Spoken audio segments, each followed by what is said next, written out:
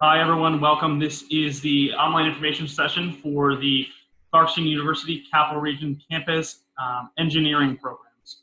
My name is Corey Morris, and I'm the Assistant Director of Graduate Admissions. I oversee all of the graduate engineering admissions for Clarkson University. With us today is Dr. Hirgo Irizarry Quinones, and he is the Dean for the programs at the Capital Region Campus. Thank you, Corey. I am seeing one more person joining the conference. I will wait for just a few more seconds and I will set up my presentation. This is what I look like. I think you'll be able to see me while I share my screen, and hopefully everything will work out just fine. So. And what we'll do is, as Hugo is presenting, if you want to put any questions in the chat room, we will address those at the end of the presentation.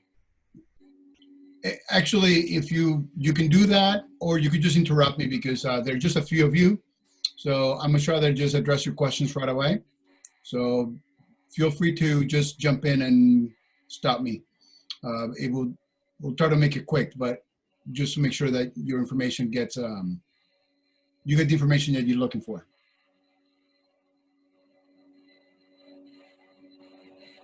Okay, Corey, everything shows? Yep, I can see it. Thank you. All right, Capital Region Campus of Clarkson University. This is the graduate engineering programs. As you will see, we have 5 key programs and a whole bunch of classes that we offer. And we're gonna show all that information to you. This is an open house information session. Of course, it's virtual. We typically like to have you in our facility so that you could actually enjoy some food and whatnot. Sorry about that. Maybe some other time we'll have you come over and have some pizza when this pandemic thing ends. Here you can see my email. You don't have to copy any of this. Corey will be receiving. I think you should have received it already. Corey will be sending this out to you so that you have everything. So just listen, and if you got questions, just stop me and ask. What we do at engineering, in the School of Engineering, really is driven by 3 things. Everything that we do is personal. It's personal to you, it's personal to me, it's personal to Corey, it's personal to Marcy, and personal to a few other people that help us out to get you into the program and maintain you in the program, right? Everything possesses a sense of urgency. You want to complete your career at a certain pace. Well, then we'll try to resolve for that. You're having an issue with a bill you do not understand. We try to help you with that. But of course, despite everything that we try to do, some things happen, and as little as we would like to do, we kind of smile at it, if not laugh at it, because we have to maintain some sense of humor. Life is too serious right now, so this is more important than ever. This was given to me as a pearls of wisdom by my predecessor, who ran the school for 15 years. And it still applies today. So I'm continuing to, I like to continue the tradition. So when we advise you into selecting courses and programs, of course, everything starts with what technical discipline do you want? If you want chemical engineering, I will have to ask you to consider talking to Corey about having you listen to any Potsdam-based presentations, since we do not offer that. But I think you know that if you're looking for mechanical engineering, especially structural engineering or thermal fluids engineering, we got that program covered. Electrical engineering, especially if you like power analysis, interdisciplinary studies, or control systems, we got that covered. But all these things come with the fact that everything can be applied to something. And that's where our professors come in. They bring that technological knowledge and they put it together with the applications. So you'll see that. But more importantly, you have some objectives, and we try to do that. Yesterday, I had a discussion for about 45 minutes with one of the new students, and we figure out the course program that he needs to have so that he could complete the entire program in three quarters, which is a little less than a year. So he'll be taking classes in the fall quarter, the winter quarter, and the semester quarter. By June of next year, he'll be done. So individual career objectives is important. So at some point, we will have to converse as to what you want to do so that I know how to best advise you. So who are our students? We have mostly part-time professionals that come in. They're employed and they take part-time classes. They take typically one, at most two classes at a time. We have few full-time students, maybe about 10 right now.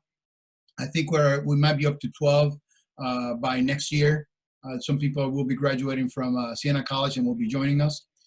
But we maintain existing business relationships, and we work at that very closely to make sure that not only can we get the students, but more importantly, that's where we get our professors from. So we have a good relationship that we maintain to accommodate that. And for you guys, we try to minimize administrative burden. There is, of course, the requirement for you to apply, the requirement for you to provide information, and yada, yada, yada. Once you get admitted, you have to accept the admission offer. Then you have to wait and talk to me about getting the classes. So there is always an administrative burden. But once we get past that for the first time, it will be a lot easier. So that minimizes the administrative burden. Right. Typically, we have about 125 students. I think right now I have 112. And there's 6 people that I'm hoping that they will join us. So we might be getting to close to the 120. If you were to join us, we will definitely have over 120. We have a lot of people, especially that 5% of full-time students that take a lot of classes, and they end up giving us a huge number of enrollments, somewhere between 130 to 145, and we've gone as high as 165 enrollments. That's how many people actually sit down and take a class. You may be taking 3 classes if you wanted to, okay? Just to make sure, since most of us did go to school in places where we were semester-based, Clarkson's Capital Region campus is based on quarters. That means that classes are 10 weeks long, and you have an extra week of finals. That's it. 11 weeks, you're done. Sounds like a lot, but believe it or not, week 5 will arrive faster than you think, and next thing you know, you got to work for finals. We have about 10 face-to-face courses offered per quarter. This term, we had to take 3 professors off the roster face-to-face because they had issues that forced them to prefer not to do face-to-face. However, we have about 8 face-to-face classes. We love our face-to-face. Our professors love our face-to-face classes, so we do that. Those of you that are interested in the business of energy, that is all online and it's asynchronous, meaning that you just go online whenever you have the time, as long as you deliver the homeworks by Thursday and then again by Sunday. So you have to study at your own pace, except for there's one class, and that's why I put a little asterisk there. For anybody from BOE, I can get into more details about that one class. The School of Business, which especially if you're going to be taking the engineering and management track, the MBA courses are all online and they're synchronous, meaning that there will be at least a 1 hour a week that you'll be face-to-face via Zoom perhaps with a professor. Some classes are as small as 4, those are the tough ones, and some of them are as big as 20. Right now, they're typically topping up at 22. One professor is really popular and people want to take his 4 classes. So we typically bang up against the 20 very fast. But typically we have 8 to 12 people in the class. Our faculty is really, like I said before, they are professionals. They're adjuncts. We hire them to teach a class, and they do that regularly. Most of my faculty has been employed for at least 10 years, if not 15. You could see 73% of them have PhDs and 27% have masters. The number of masters has increased significantly in the past year because we are now teaching to National Grid employees, in particular, with professionals in that particular discipline. So that's a special program that we're running with them. So our numbers of professors with masters has increased. The thing is that these people, yeah, they only have a master's, but they have decades of experience in that relevant area that we need them for. That's why we like that. Everybody comes from a relevant industry. I don't have a full-time professor in the area, and everybody knows who they are in their field. They are very well recognized.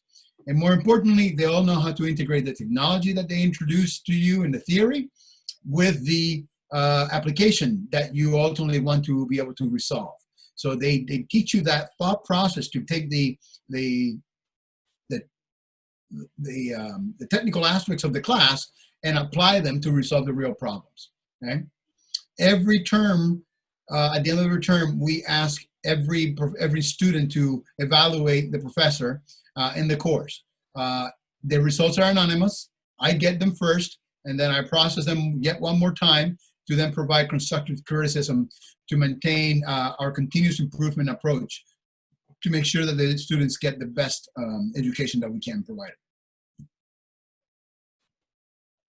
Go one more time. There it is. So here are our degree programs. This is really what you came here to see.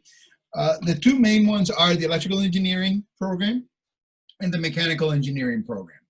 The electrical engineering program, like the mechanical engineering program, only requires 10 courses and a graduate project. The graduate project is a 0 credit project. We expect you to spend about 6 months working on it. So we give it 0 credits. But we do value it, and we want you to do the best job possible. And if you don't do a very good job, we will tell you so, and you'll have to repeat parts of it. So we take it very seriously. In electrical engineering, you're required to take 7 electrical engineering technical courses, and you have the option to take 3 electives. In the mechanical engineering, you have to take 2 out of the 3 mechanical engineering core classes. Everybody has to take ME 502, which is engineering analysis, or like I like to call it, applied math, which is Calc 1, Calc 2, Calc 3, linear algebra, and differential equations, all in 10 weeks. It's intense, but it's very good. It sets you up to be able to do well in the rest of your classes. And then you either take ME 500, which is elasticity, if you're going to be in the structural arena, or you take ME 501, which is transfer phenomena, which is what you have to take in order to be able to continue in your thermal fluids area. After you take those 2 or perhaps 3 courses, you would have 5 or 6 other mechanical engineering technical courses that you have to take, and then you complete your program with 2 electives. By the way, if you wanted to take all technical classes, you're welcome to do that. The elective courses in the electrical and mechanical engineering program, you can select them from either other electrical or mechanical engineering courses. We offer a series of computer classes that are actually more information technology courses that we offer, so you could take some of those electives there. Depending on the availability of the courses available in the, provided by the School of Business, you could take some MBA courses from the School of Business, or you could take our School of Engineering Business of Energy courses. Those are all electives that you can take. So it gives you a lot of liberties to be able to finish off your program with. In addition to the electrical and mechanical engineering, we have the engineering and management systems program. This one, in addition to the energy system ones, they do not require a graduate project, but you have to take an extra course. Those are the 11 courses you have to take. There are 6 technical courses that you have to take in the engineering and management, and then 5 Clarkson University School of Business MBA courses, or you could take the School of Engineering Business of Energy courses. If you're going to be in engineering, you're going to be doing management, you may want to take some School of Business courses. But again, the availability of those is not complete. So it's not like you could choose and say, wish granted. It's not like that. We have to work at that to get you in the list. So if you want to pursue this program, we need to talk about what courses you want to take so that we could plan and get you on the list for those courses. For the energy systems, this one is the most technical program we have. You have to take 5 to 9 energy-related courses. They are typically in the electrical engineering, but there is 1 in the mechanical engineering course. You have to take 2 or 3 non-technical energy-related courses or the business of energy courses. Of course, business of energy, so they're non-technical energy system courses. You could take, if you take 5 energy-related courses, you could take up to 4 non-energy-related mechanical engineering or electrical engineering technical courses. This one is very difficult for me to manage, but is very good for all of you. And this is ideal if you already have a job and you want to become better at that job. So I just want to make sure that to put that in. I'm not trying to dissuade you from taking this if you do not have a job just yet, but I just wanted to make you understand that when you sell yourself as a in your resume, when you put I have a master's in science and engineering and energy systems, people will say, well, please explain that more, and you'll have to spend more time doing so. Whereas if you have a mechanical engineering with a concentration in energy systems, or an electrical engineering degree with a concentration in energy systems, that's a little bit easier to sell. In addition to that, we have the Business of Energy Masters, and we also have the Advanced Certificate, which is only 4 courses, and a minimum of 4 courses. You could take all 6, but it's a minimum of 4 courses in that. A lot of the people that take these courses, they come in, take just the first 4, and then they say, gee, this is not so bad. Let me go and take them. So they continue taking the other 2, and after that, we just need to take 5 School of Business courses. So it makes it real easy for people to get from one degree to the other. People that work in National Grid, people that work in Central Hudson, people that work in Edison, Consolidated Edison, and a few other utilities in the United States go for this program. This is much more visible to you now than it typically is when we have this presentation in our facility. But this is the conglomeration of the classes that we have. On the left is the mechanical engineering courses.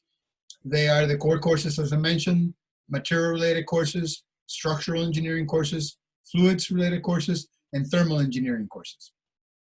Okay?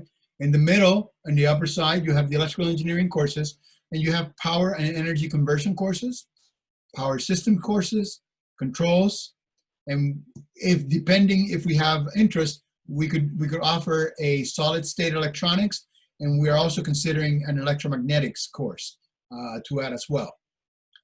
In the statistics courses that we have, and notice that we call them mechanical engineering, electrical engineering, because the professor is a statistician of one of the local industries here, and he can provide examples that are electrical engineering or mechanical engineering to make you understand how it can help you in your discipline. In addition to this course, we added this past winter an engineering reliability course, which is also very good. The interdisciplinary courses that we have are photovoltaics, which matches very well with the solar engineering. We have turbine engineering, which is not necessarily wind turbine engineering, but if you understand how a turbine works, you could actually go from turbine engineering to wind engineering and vice versa. We also offer nuclear engineering. A lot of our employees work at NOS Atomic Power Laboratory here in Schenectady, and they want to take that course. And because we are a GE town, we have our typical very strong synchronous electrical generators, GE main plant course. On the right-hand side, you can see the conglomeration of courses on the upper end for the Business of Energy courses. We're offering all courses nowadays. For a while, we were not offering one of them because the professor quit on us, and took us about 4 years to find the right professor to teach. The computer science courses and information technology. These courses are given one at a time. So if you want to just get your degree, just taking those, we really need to talk to, because we got to pace you differently. But they are taught by the same professor. He's a professor of computer, electrical, and computer engineering at SUNY Albany. And because he knows us very well, he's been teaching for us for 20 years, so he continues to do so. And at the bottom end, I just put some of the courses that are typically taken by many of our students in the School of Business. So if you were to start this fall, what could you take? This is the list of classes, and as you can see, normally we would have just the VOE courses, be the online courses, and they're asynchronous. This year we're starting with VOE 613 again. This one is synchronous. The professor wants to have you make a presentation. So he requires an extra hour of your time on Wednesdays for you to provide your presentation once a week. Each student presents once only, but everybody participates. The professor in Albany, from SUNY Albany, will be teaching online. So He requested if he could also stay online, so we granted that permission. So the linear controls professor typically teaches face-to-face, but because of a difficulty in keeping a mask on and having to teach for 3.5 hours on one single night, he decided to do it online. But normally that class is face-to-face. And so is synchronous electrical generators. Again, it's difficult to be able to have a mask on for very, very long periods of time. So for that reason, some of our professors have chosen to go with the Zoom method. Just so you know, this past spring, we had to take all our courses online. Every professor worked out the bugs and kinks about teaching via Zoom. So I feel comfortable with the fact that some of these courses will have to remain online for that reason, because we now have better trained professors that can teach a better course in Zoom, because it was not very good for many other people. Excuse me. So as you can see, we have BOEs, the computer science, the electrical engineering courses, the mechanical engineering courses. This course, welding, is asynchronous as well. Vibrations is synchronous. This professor teaches with us every time, but again, just simply, family issues and whatnot, people have to teach online. But we have plenty of other people that are courageous enough that are going to come in, they're going to wear their masks. Hopefully we're going to be able to get them on face shields and standing behind a plexiglass and teach the classes face-to-face, which is something that we really appreciate that everybody's doing. However, we want every student to wear the mask, abide by the 6-foot distance, social distance, and keep the mask on for the duration of class. Okay? That's extremely important so that we can continue to keep everybody safe and we can continue to teach the classes. Some key resources, and this is why I emailed this, to be able to figure out what the rules are about any particular program, you go to the Clarkson catalog and you'll be able to find the information there. The 2021 graduate catalog has not been printed yet, but once it is printed, it's going to show up on this website. So you'll be able to find it. And other questions that people ask me all the time is, well, what is this course about? Well, this course is about, and it's described in the course descriptions, and it's available on this website. You go to the SAS, Student Administrative Services website, and then you go to course descriptions and class schedules, and there you'll be able to see the link for the course descriptions. They call it the course catalog. So, big deal, cost. It costs a lot of money to come to Clarkson, but we know that everybody deserves something. And for that reason, we provide merit-based discounts to all students based on their undergraduate GPA. So the better your GPA, the greater the discount you'll get. So nobody will pay the $4,164 rack rate that the university has, which helps the university have a better rating because it is very well priced along with other Ivy schools. And that is the end of my official presentation, and I'll be happy to address any questions that you may have at this point. Let me get to a good point. Oh, here we go. If you have any questions, feel free to either unmute yourself or put it in the chat.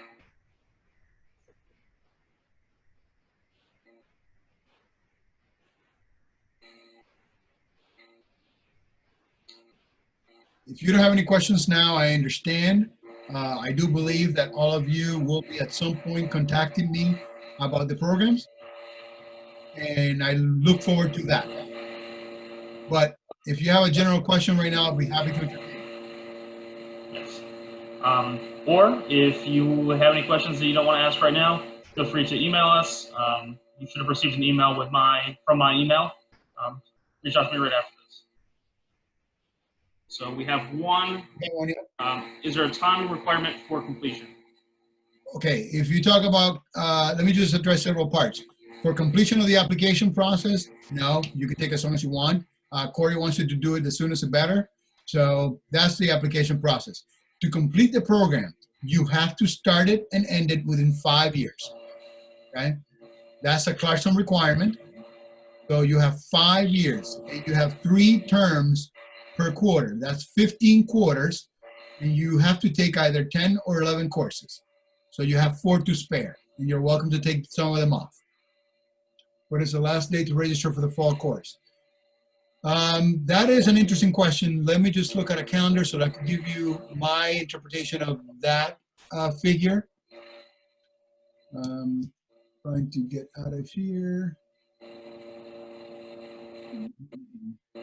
Corey, I'm going to stop sharing for a second. Okay. You just need to come up with my calendar here. One of the things that's going to be a huge factor in deciding that is your ability to, in a timely manner, provide us with the necessary requirements for the application, to complete the application, such as your transcripts, your letters of recommendation. Those are typically the biggest factors. But based on our experience, classes for the fall quarter begin on September 9th, Wednesday, September 9th. So if you're going for a Monday or Tuesday class, you will not have classes until the following week. If you're going for a Wednesday or Thursday class, you'll start taking classes starting on November 9th. And for that reason, we should probably do quite a bit, assuming that you have absolutely everything, if you deliver your presentation by the 26th of August. So the 26th of August will be the last due date, the last day by which you could enroll in classes. Registering, you could add classes up to 2 weeks after classes begin. However, I will not let you do that. I will not sign an ad form if you have missed 2 classes. So if you want to register for a class, you have to do so by the 9th.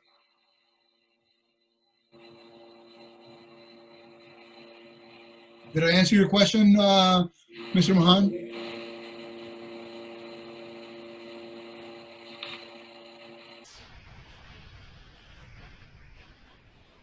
Good, thank you. Awesome. Okay, if we do not, for the letters of recommendation, they do need to be specifically for college, for the program that you are interested in applying for. Yeah, we want those people that know you best to assess whether you have the capability, which we assume we do, you do, that you'll be able to do well in graduate school. So they need to be applicable to the graduate school application.